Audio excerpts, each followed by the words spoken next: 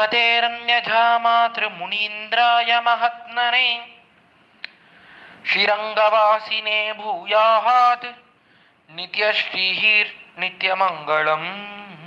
மார்கழி திங்கள் மதி நிறைந்த நன்னாளால் நீராடப்போது வீர் போதுவினோ நேரிழையீர் சீர்மல்குமாய்ப்பாடி செல்வச் சிறுமீர்கள் கூர்வேல் கொடுந்தொழிலன் நந்தகோபன் குமரன் ஜேராந்த கன்னிய சோத இளஞ்சிங்கம் கார்மேனிச் செங்கன் கதிர்மதியம் போல் முகத்தான் நாராயணனே நமக்கே பறை தருவான் பாரோர் புகழப்படிந்து ஏலோர் எம்பாவாய்.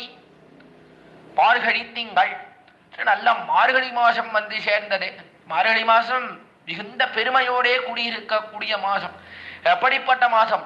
மாசானாம் மார்கசி ரிஷோகம் ருதூனாம் குசுமாகரஹ என்று கண்ணபிரான் அவனே வாய் திறந்து தெரிவித்தபடியாலே இது வைஷ்ணவமான மாசம் தெரிவித்தார் வியாக்கியாதா. இது எப்படிப்பட்ட மாசம் தான்? வைஷ்ணவமான மாசம், விஷ்ணு சம்பந்தத்தோட கூடிய மாசம். ஏன்? கண்ணபிரான் அவன் உயர்ந்த பதார்த்தங்கள் அதிலெல்லாம் தான் இருக்கிறேன் என்று வரிசையா உயர்ந்த பதார்த்தங்களை எல்லாம் அடிக்கின்றே வரா. இந்த மலையாக நான் இருக்கிறேன், இந்த ருத்ரனாக நான் இருக்கிறேன், சூரியர்களுக்குள்ளே இந்த சூரியனாக நான் இருக்கிறேன், இன்னும் வரிசையா மரங்களுக்குள்ளே இதுவாக இருக்கிறேன், உயர்ந்த பதார்த்தங்கள் அதையெல்லாம் சொல்லிண்டே வரான் கண்ணபிரான். அப்பொழுது ஸ்ரீ கீதையிலே அர்ஜுனனுக்கு சொல்லிக் கொண்டு வருகிறான். அப்பொழுது தெரிவித்தான், மாசானாம் மார்கசி ரிஷோகம், மாசங்களுக்குள்ளே நான் மார்கசீர்ஷமாக இருக்கிறேன். மார்கசீஷம் என்பது மார்கழி. அந்த மார்கழி மாதமாக நான் மாதங்களுக்குள்ளே இருக்கிறேன். ரிதூனாம் குசுமாகரஹ, ருத்துக்கள், ருத்துக்கள்னு ரெண்டு மாசம் சேர்ந்தது ஒரு ருத்து. அந்த ருத்துக்களுக்குள்ளே நான் குசுமாகரம் என்ற குசுமாகரம்னு சொல்லக்கூடிய வசந்த ருத்து, சித்திரை வைகாசி இந்த 2 மாசம் அதை சேர்ந்தது வசந்த ருத்து என்ற வசந்த ருத்துவாக இருக்கிறேன் எம்பெருமான் தெரிவித்தான். அதிலேயும் மாதங்களுக்குள்ளே மார்கழியாக இருக்கிறேன்னு எம்பெருமான் கண்ணன் சொன்னான். அப்படிப்பட்ட விஷ்ணு சம்பந்தத்தோடே கூடின கிருஷ்ணன் இருக்கிற இந்த மாதம் நமக்கு வந்து சேர்ந்தது. கண்ணனோடே கூடுவதற்கு கண்ணனே இருக்கக்கூடிய மாதம் வந்ததே, இந்த மார்கழி மாதம் வந்ததே என்ற அந்த மாதத்தை முதலிலே கொண்டாடுகிறாள். மாசானாம் மார்கசீர்ஷோ தெரிவித்த மார்கழி திங்கள் வந்ததே கொண்டாடினான். இந்த திங்களுக்கு இன்னும் என்ன பெருமை? திங்கள்னா மாதம்னு அர்த்தம். இந்த மார்கழி மாதத்துக்கு வேற என்ன பெருமை என்றால், இது தேவதைகளுக்கு பிராம முகூர்த்தம் போலே தெரிவித்த, தேவதைகளுக்கு வருஷத்துக்கு பிராம முகூர்த்தம் போலே, தேவதைகளுக்கு பிராம முகூர்த்தம் போலே இருக்கிறது, நாளுக்கு பிராம முகூர்த்தம் போல இந்த வருஷத்துக்கே இதுதான் பிராம முகூர்த்தமாக இருக்கிறது என்று தெரிவித்த. தேவதைகளுக்கு என்ன பிராம முகூர்த்தம்?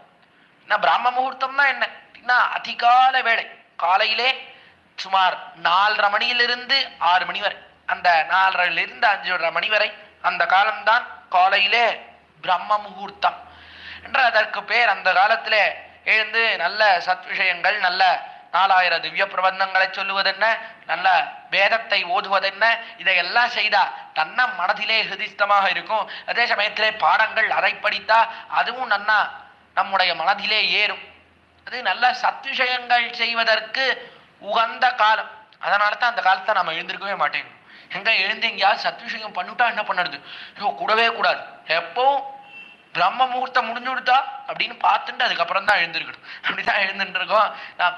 ஆனால் அது ரொம்ப உயர்ந்த காலம், ஒரு நாளிலேயே அதுதான் உயர்ந்த காலம் என்றெல்லாம் சொல்லப்பட்டிருக்கிறது.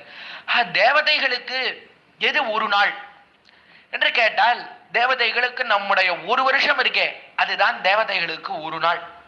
நமக்கு 365 வருஷமானால்தான் தேவதைகளுக்கு ஒரு வருஷம். நம்ம ஒரு வருஷம் அது அவர்களுக்கு ஒரு நாளாக அமைந்திருக்கிறது. அதிலேயும் அவர்களுக்கு 6 மாசம் பகல், 6 மாசம் இரவு. தை, மாசி, பங்குனி, சித்திரை, வைகாசி, ஆனி இந்த 6 மாதமும் அவர்களுக்கு பகலாக அமைந்திருக்கிறது. ஆடி, ஆவணி, புரட்டாசி, ஐப்பசி, கார்த்திகை, மார்கழி இந்த 6 மாதம் அவர்களுக்கு ராத்திரியாக அமைந்திருக்கிறது. 6 மாசம் பகல், 6 மாசம் ராத்திரி. அதனால இந்த 2வது 6 மாதம் ராத்திரி 6 மாதத்திலே கடைசி மாதம் மார்கழி. அது எப்பொழுது வரும்னா அடுத்து விடிய போடுது. தையானால் அவர்களுக்கு தேவதைகளுக்கு விடிந்து விடும். அதனால விடிவதற்கு முன்பு இருக்கக்கூடிய காலம் அதுதான் 4:30 மணியிலிருந்து அந்த 6 மணி. அதற்கு பிற்பாடு தானே 6 மணிக்கு தானே சூரியன் உதிக்கிறான். அல்ல இந்த 4:30 மணியிலிருந்து 6 மணி அதுதான் பிராம முகூர்த்தம். தேவதைகளுக்கு இந்த மார்கழி மாசம்தான் 4:30 மணியிலிருந்து 6 மணி போல இருக்கிறது. அதனாலே இந்த மார்கழி மாதம்தான் தேவதைகளுக்கு பகல், அது பிராம முகூர்த்தம். பகலுக்கு முன்பு இருக்கக்கூடிய உயர்ந்த காலம், தேவதைகளுக்கே உயர்ந்த காலம், வருஷத்துக்கே உயர்ந்த காலம். அப்படிப்பட்ட காலம் நமக்கு வந்து சேர்ந்ததை கொண்டாடுகிறாள். அது மட்டுமல்ல, நாம் செய்யக்கூடிய காரியத்துக்கோ இது ரொம்ப அனுகூலமாக இருக்கிறது நினைத்தாள் ஆண்டாள். இவள் என்ன செய்ய போறா என்றால், எம்பெருமானோட போய் கூட போறா, கண்ணனோட சேரப் போகிறார்கள். அதற்கு கண்ணனோட சேருவதற்கு தடையாக இருந்தவர்கள் அவர்கள் எல்லோரும் வெளிவராத காலம். யார்? கோபவிருத்தர். குளிருக்கஞ்சி புறப்பட மாட்டாத காலம் கோபவிருத்தர், கோபாலர்கள், அதிலேயும் விருத்தர்கள், வயதானவர்கள். அவர்கள் தான் இந்த கண்ணனும் பெண்களும் சேர்ந்தார்னா இதெல்லாம் சேரக்கூடாது, பெண்களையும் கண்ணனையும் பிரிக்க வேண்டும், 2 பேரும் ஒருத்தரை ஒருத்தர் பார்த்து கொள்ளக்கூடாது என்றெல்லாம் தெரிவிக்கக்கூடியவர்கள் இந்த வயதான கோபாலர்கள். அவள்லாம் இந்த மாசத்துல எழுந்தே வரமாட்டான். அவர்களுக்கெல்லாம் ரொம்ப குளிரும். ரொம்ப குளிர் இல்லைன்னாலும் இளம் வயதிலே இருப்பவர்களுக்கு ரொம்ப குளிர் இல்லைன்னாலும் வயதானவர்களுக்கு மிகவும் குளிரோடே கூடியிருக்கக்கூடியது இந்த மாதம். அதனாலே அவர்கள்லாம் நடுங்கி கொண்டு வெளியே வரமாட்டான். கம்பளி இழுத்து போத்தி உண்டு உள்ள படுத்து தூங்கிடும். அதனாலே குளிருக்கஞ்சி புறப்பட மாட்டார்கள். அதனாலே பெண்களும் கண்ணனும் சேர்ந்தால் இவர்களை சொல்லுவதற்கு யாரும் கிடையாது, யாரும் பழி சொல்ல மாட்டார்கள். ஆனந்தமாக கண்ணனோட அனுபவத்தை செய்யலாம். அதற்கு உகப்பாக மார்கழி மாதம் வந்து சேர்ந்திருக்கிறது. இவாளுக்கு எப்படி இருக்கும் அப்போ அப்படின்னா, ரொம்ப குளிரும் இருக்காது, ரொம்ப உஷ்ணமும் இருக்காது, அதி சீதளமும் இன்றிக்கே அதி உஷ்ணமும் இன்றிக்கே சமமாக இருக்கக்கூடிய மாசம். ரொம்ப குளிர் இருந்தாலும் கஷ்டம், ரொம்ப உஷ்ணம் இருந்தாலும் கஷ்டம், இரண்டுமே இருக்காது. சுவாமி திருவாய்ப்பாடியில எப்படியா இருக்கு? அண்டாள் ஸ்ரீவில்லிபுத்தூரே திருவாய்ப்பாடியாகும்னு ஸ்ரீவில்லிபுத்தூர் திருவாய்ப்பாடின்னு நினைச்சுட்டு இருக்காளே, திருவாய்ப்பாடியில எப்படி இருக்கும்? குளிர் அப்படியே நடுங்குமே. இளம் வயதானவர்களுக்கும் சரி வயதானவர்களுக்கும் சரி எல்லோருக்கும் குளிராதானே இருக்கும். அப்படின்னா என்னதான் ஆண்டாள் ஸ்ரீவில்லிபுத்தூரை திருவாய்ப்பாடின்னு பாவித்து கொண்டாலும் ஸ்ரீவில்லிபுத்தூரிலே இருக்கக்கூடிய வானிலை அதெல்லாம் மாறிடுமா?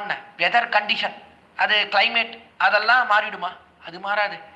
இவள் பாவித்துக் கொள்கிறாள், இவள் பாவனை எப்படியே தான் இருக்கு, திருவாய்ப்பாடியை போலவே தான் இருக்கு. ஆனாலும் குளிர் எப்படி இருக்கு? ஸ்ரீவில்லிபுத்தூரை போல தானே இருக்கு. ஸ்ரீவில்லிபுத்தூர்ல எப்படி இருக்கும்? ரொம்ப குளிர் இருக்காது, அதே சமயத்தில் ரொம்ப உஷ்ணமும் இருக்காது. ரொம்ப வெயில் இருந்தாலும் கஷ்டம், ஒரே குழுக்கமா இருக்கும். ரொம்ப குளிர் இருந்தாலும் கஷ்டம், வெளியிலேயே புறப்பட முடியாது. இரண்டும் இல்லாமல் சமமாக இருக்கும், சீதோஷ்ணங்கள் சமமாக இருக்கிறபடியாலே கண்ணனோட ஆனந்தமாக கூடிய அனுபவத்தை செய்யலாம். அப்படி இருக்கக்கூடிய மாதம்தான் இந்த மாதம் என்று பார்க்கிறோம். அப்படிப்பட்ட மாதம். அது மட்டுமல்ல, பீஜங்கள் அதெல்லாம் முளைவிடக்கூடிய மாதம். எல்லாம் விதையெல்லாம் போட்டார்களே, ஆனால் இதெல்லாம் மலைக்கு மேலே கீழே எல்லா இடத்திலேயும் அந்த விதைகள் எல்லாம் முளைவிடும் இந்த மாதத்திலே தான். அப்படிப்பட்ட மாதம், இதெல்லாம் வளரக்கூடிய மாதம். அதனாலே இவர்களுக்கும் எல்லாம் நடக்கக்கூடிய மாதம் இந்த மார்கழி மாதம் என்று நினைத்தால், அதனாலே மார்கழி மாதத்தை கொண்டாடுகிறாள். அந்த மார்கழி மாதம் எனக்கு வந்து சேர்ந்ததே என்றவாறு அதை கொண்டாடுகிறாள். மார்கழி திங்கள் மதி நிறைந்த நன்னாளாள், மாதம் வந்தாற் போலே பக்ஷமும் வந்ததீகி. மாதம் வந்தா போலே பக்ஷம் வந்து சேர்ந்ததே, என்ன ஆச்சரியம்! என்ன பக்ஷம்? என்ன வளர்பிறை வந்து சேர்ந்தது? என்ன அப்படி வளரக்கூடிய பிறையாக இருக்கக்கூடிய சந்திரன் பௌர்ணமி அது வந்து சேர்ந்ததே. மதி நிறைந்தா, மதி என்று சந்திரன் நன்னா பிரகாசிக்கிறான், பூர்ண சந்திரனாக இருக்கிறான், பூர்ணமாக ஒளிவிட்டு பிரகாசிக்கிறான். அப்படிப்பட்ட சந்திரன் வந்ததை ஆனந்தப்படுகிறார். அதுதான் ரொம்ப சௌக்கியமா இருக்கு. நல்லா சந்திரன் நல்லா வெளிச்சம் இருந்தால்தான் வெளியில நடமாடுவதற்கெல்லாம் வசதியா இருக்கும். அதிகால வேளையிலே எழுந்து சென்று இவர்கள் நோன்புக்க வேண்டியதையெல்லாம் பெற போற, நோன்பு நோக்க போகிறார்கள். அதற்கு இருட்டிலே போனா ஒரு பெண் இன்னொரு பெண்ணுடைய முகத்தை பார்க்க முடியாது, கீழே தடுக்கி கீழே விழுந்துடுவா. கண்ணனை போய் பார்த்தா கண்ணன் முகமும் சரியா தெரியாது. இருட்டுல ஒரே இருட்டா இருந்தா என்ன தெரியும்? ஒண்ணுமே தெரியாது. அதனாலே நல்ல சந்திரன் இருப்பது அனுகூலமா இருக்கு இவர்களுக்கு. நன்னா ஒருத்தரை ஒருத்தர் பார்க்க முடிகிறது, எல்லாரையும் வழியெல்லாம் நன்னா கண்ணுக்கு தெரிகிறது. அப்படி சந்திரன் பிரகாசிக்கிறான். அதே போல இவர்களுக்கு இருட்டுல போகணும் என்கிற அவசியம் கிடையாது. ஒருவேளை ஊர்ல இருக்கிறவா அவள்லாம் கண்ணனோட சேர விடாமல் தடுக்கிறார்கள், ஊர்ல இருக்கிறவா கண்ணனோட சேரக்கூடாது அப்படின்னு சொல்லியிருந்தான்னா அவர்களை மீறி கண்ணனை போய் பார்க்க வேண்டும். அவர்களுக்கு தெரியாமல் கண்ணனை போய் பார்க்க வேண்டும் தான். இருட்டு இருக்கணும்பா, அமாவாசையா இருக்கணும், இருட்டா இருந்தா இருட்டிலேயே பதுங்கி போயிடலாம் என்று இவர்கள் நினைப்பதிலே ஒரு அர்த்தம் உண்டு. நினைக்க வேண்டும். நள்ளிருட்கண் நல்ல ராத்திரியிலே போய் சேர வேண்டும் அவ்விடத்திற்கு. கண்ணன் வந்தான் கம்சனிடத்திலிருந்து ஓரிரவில். ஒரே இருட்டிலே வந்தான். கம்சனுக்கு தெரியாமல் ஒளித்து வளர்வதற்காக காரிருள் எள்ளில் பிழைத்து ஒரே கருட்ட இருளே வந்தான் கண்ணபிரான். அங்கேருந்து கம்சனிடத்திலிருந்து மறைந்து வரணுன்றதுக்கா. ஆனா இவாளுக்கு அது வேண்டுமோ என்றால் வேண்டியது கிடையாது. ஏன்? இவாளைத்தான் கோபவிருத்தர் இப்போ அனுமதிச்சுட்டாளே. அனுமதிக்காத காலம்தான் சரி. இப்ப என்ன சொல்லியிருக்கா? கோபாலர்கள்னா நேற்றைய தினமே அனுபவித்தோம். கண்ணனையும் கோபிகைகளையும் சேர விட்டதே கோபாலர்கள் தான். அவர்கள் தான் நோன்புக்கு வேண்டிய உபகரணங்களை எல்லாம் கண்ணனிடத்திலே பெற்றுக்கொள்ளுங்கோள் என்று சொல்லி பெண்களை அனுப்பி வைத்திருக்கிறார்கள். அதனால இப்போ இருட்டு வேணும்ன்ற அவசியம் கிடையாது, நன்னா வெளிச்சம் இருக்கலாம் என்று இவர்கள் நினைக்கும் போதே இவர்கள் மனோரதத்தை அறிந்து வந்தாற் போலே சந்திரன் வானத்திலே தோன்றியிருக்கிறான். இவர்கள் செல்லும் பாதையிலே இவா என்ன நினைக்கிறாளோ அதைத்தான் விதி பின் செல்லும் பார்க்கிறோம். இவா கிருஷ்ண பக்தியோடே கூடியிருக்கிறபடியாலே இவர்கள் நினைப்பதெல்லாம் இவர்களுக்கு கைகூடுகிறது. சந்திரனும் வந்து சேர்ந்தான். மதி நிறைந்தா நன்னாள். அதற்கு மேலே நன்னாள், நல்ல நாள் வந்து சேர்ந்தது. பாதத்துக்கும் பக்ஷத்துக்கும் நாயகக்கல் போலே நாள் வந்து சேர்ந்ததே தெரிவிக்கிறார். மாதம் அதுவும் நன்னா வாச்சிருக்கு, பக்ஷம் அதுவும் நன்னா வாச்சிருக்கு. அந்த இரண்டுக்கும் நடுவிலே நாள், நல்ல நாள் இருக்கு. ரெண்டும் நன்னா வந்திருக்கு. ஆனா நாள் நன்னாவே இல்லைன்னா என்ன நல்ல மாசம் நல்ல வளர்பிறை, ஆனால் என்னவோ நாள் அவ்வளவு சரியா இல்லை, நாள் நன்னாவே இல்லை என்றால் அது பிரயோஜனம் அல்ல. அப்படி அல்லாமல் நல்ல நாள் வந்து சேர்ந்தது. எப்படிப்பட்ட நன்னாள் இது? இதெல்லவோ நன்னாள். எது நன்னாள்? கோபாலர்கள் யார் கண்ணனையும் பெண்களையும் சேர விடாமல் நிலவரையிலே அடைத்து இருவரையும் பிரித்தார்களோ அதே கோபாலர்கள் வந்து கண்ணனையும் பெண்களையும் சேர்த்து வைத்தார்களே, இதெல்லவோ நன்னாள். இதற்கு மேலே என்ன நன்னாள் வேண்டும்? அந்த நாளை கொண்டாடுகிறாள். எப்படிப்பட்ட நன்னாள் வந்து சேர்ந்தது? இதுதான் நல்விடிவு. எப்படிப்பட்ட ஒரு நல்ல நாள் நமக்கு அமைந்திருக்கிறது. எம்பெருமானோட சேரக்கூடிய நாள் தான் நன்னாள். என்னாள் எம்பெருமான் உந்தனை கடியோமன் எழுத்துப்பட்ட அந்நாளே நன்னாள். பெருமானே, நான் உனக்கு அடியவன், நான் உனக்கு சேஷபூதன், நீயே தலைவனாக இருக்கக்கூடியவன், நீயே ரட்சிக்கக்கூடியவன் நாம் சொல்லக்கூடிய நாள் அதுதான் நல்ல நாள். அப்படிப்பட்ட நாள் இன்றைய தினம் வந்து சேர்ந்தது. எம்பெருமானோட சேரும்படியான ஒரு நாள் வாய்த்ததே என்று ஆனந்தப்படுகிறாள். அந்த நாளை கொண்டாடுகிறாள் ஆண்டாள் இவ்விடத்திலே. எப்படி மதுரையிலே இருக்கக்கூடிய பெண்கள் எல்லாம் பண்ணினார்களோ, மதுரையிலே இருந்த பெண்கள் அவர்கள் எல்லாம் என்ன நினைத்தார்கள்? சுப்ரபாதாத்திய என்று அவர்களுக்கு நல்ல விடிவு வந்து சேர்ந்தது, விடியக்கூடிய காலம் வந்து சேர்ந்தது. மதுராவாசம் என்று மதுரையிலே இருக்கக்கூடிய அந்த பெண்கள் இருக்கிறார்களே, மதுரையிலே கண்ணபிரான் இங்கிருந்து அக்ரூரன் அழைத்து சென்றான். அக்ரூரன் அழைத்து சென்ற காலத்திலே அக்ரூரன் தேர் ஓட்ட அதிலே மதுரைக்கு சென்றார்கள். கம்சன் நடத்தின வில் விழா, கம்சனுடைய வில் விழாவிற்கு சென்றிருந்தார்கள் கண்ணனும் பலராமன். அங்க போயிருந்த காலத்திலே அங்க பெரிய ஸ்டேடியம் வச்சிருந்தான் கம்சன். அதிலே நிறைய மதுரையில இருக்கக்கூடிய பெண்கள் எல்லோரும் வந்து குழுமி இருந்தார்கள். இப்போ கண்ணன் வந்து அந்த குலையா பீட்டத்தை கொன்று மல்லர்களை எல்லாம் அடக்க வேண்டும் என்று அப்பொழுது அந்த இடத்துக்குள்ளே புகுந்தான். அந்த கண்ணனை பார்த்தார்களோ இல்லையோ, அவ்விடத்திலே அந்த மதுரையிலே இருந்த பெண்கள் எல்லோரும் ஆஹா, எப்படிப்பட்ட ஒரு நாள் வந்து சேர்ந்தது, நமக்கு நல்ல ஒரு விடிவு வந்து சேர்ந்ததே, விடிவு காலம் வந்து சேர்ந்தது, இப்படி ஒருத்தரை பார்க்கும்படியாக நேர்ந்தது, கண்ணனை பார்க்கும்படியாக நேர்ந்தது என்று அவர்கள் எல்லோரும் மதுரையிலே வசனம் அவ்விடத்திலே மதுரையிலே வாசம் செய்யக்கூடியவர்கள் அந்த பெண்கள் எல்லோரும் சந்தோஷப்பட்டார்கள். அப்படிப்பட்ட நாள் அவர்களுக்கு வாய்த்தது. அதே போல இவ்விடத்திலே ஆண்டாள் அவளும் சந்தோஷப்படுகிறாள். இப்படிப்பட்ட ஒரு நன்னாள் வந்து சேர்ந்ததே நமக்கு, நன்னாள் ஆல் என்று ஆச்சரியப்படுகிறாள். ஆல் என்பது ஆச்சரியம். எப்படிப்பட்ட ஒரு நாள், அந்த நாளை கொண்டாடுகிறாள். யாரை போல என்றால் ஸ்ரீ தசரத சக்கரவர்த்தியை போலே. தசரத மன்னவன் அவன் என்ன பண்ணான்? நாளை கொண்டாடினான். எப்பொழுது? ராமனுக்கு பட்டாபிஷேகம் செய்ய வேண்டும் நினைத்த காலத்திலே, ராமனுக்கு முடிசூட்ட வேண்டும் நினைத்தான். ராமனுக்கு 25 பிராயமான காலத்திலே. அப்பொழுது நாள் வந்திருக்கிறதா அப்படின்னு நாளை எடுத்து பார்த்தான் தசரதன். பார்த்தால் அற்புதமான நாள் வந்தது. சைத்ர ஸ்ரீமானயம் நாசா புண்ணியா புஷ்பித கானனஹ அபிஷேகாய ராமஸ்யா சர்வமேவ உபகல்பியதம். அவன் தெரிவிக்கிறான், தசரதன் தெரிவிக்கக்கூடிய வார்த்தை, சைத்திர ஸ்ரீமான் நயம் மாசா. சைத்திர என்று சித்திர மாசம் வந்து சேர்ந்தது. எப்படிப்பட்ட மாசம் சைத்திர மாசம்! ராமன் எல்லோருக்குள்ளேயும் பிரதானனாக இருக்கிறா போலே மாதங்களுக்குள்ளே பிரதானமான மாதம் வந்தது. ராமன் அவன் தான் எல்லாருக்கும் பிரதானமாக இருக்கிறான், முக்கியமாக இருக்கிறான், முதல்வனாக இருக்கிறான். அதை போலே எல்லாருக்கும் பிரதானமாக முதன்மையாக இருக்கிறது. ஏன்? முதல் மாசம் சித்திரை, அதனாலே முதன்மையாக இருக்கிறது. அப்படிப்பட்ட மாதம் வந்தது. ஸ்ரீமான் என்று கொண்டாடினான் அவ்விடத்திலே தசரத மன்னவன். இது எப்படிப்பட்ட மாசம் தெரியுமா? ஸ்ரீமானான மாசம். இந்த மாசத்துக்கு ஒரு ஸ்ரீமத்துவம் உண்டு. என்ன ஸ்ரீமத்துவம் என்றால், அபிஷேக மனோரத சமயத்திலே வந்த தன்னேற்றம் தெரிவிக்கிறார். அபிஷேக மனோரதம், ராமனுக்கு முடிசூட்ட வேண்டும் என்று நினைத்த காலத்திலே வந்து சேர்ந்ததே அந்த ஏற்றம். அப்படிப்பட்ட ஏற்றத்தை விடைய ஒரு நாள் கிடைத்ததே. எப்படி ராமன் ராஜாவாக போகிறானோ அதை போலே மாதங்களுக்கெல்லாம் ராஜாவாக இருக்கக்கூடிய மாதம் முதல்ல இருக்க மாதம். அதனாலே மாதங்களுக்கு ராஜா என்று சொல்லலாம் படியான சித்திர மாதம் வந்ததே என்று புண்ணியகா புஷ்பித காரணகா. அதற்கு மேலே எப்படி இருக்கு? ஸ்ரீமான் அயம் மாசா. இந்த மாசம் இது புண்ணியகா புஷ்பித காரணகா, புண்ணியமான மாசமாக இருக்கிறது. பாவன போக்கியத்துவங்கள் இரண்டு முண்டிரே. பாவன போக்கியத்துவங்கள் ரொம்ப பரிசுத்தியோட கூடியிருக்கிறது. அதே போல ரொம்ப அனுபவிக்க தகுந்ததாகவும் இருக்கிறது. ஏன் என்றால் பரிசுத்தி முதல் மாசம் சித்திர மாசமாக அமைந்திருக்கிறது. அதனாலே நல்ல வசந்த ருத்துவோடே கூடியிருக்கிறது. அதனாலே புண்ணியமான மாசமாக இருக்கிறது.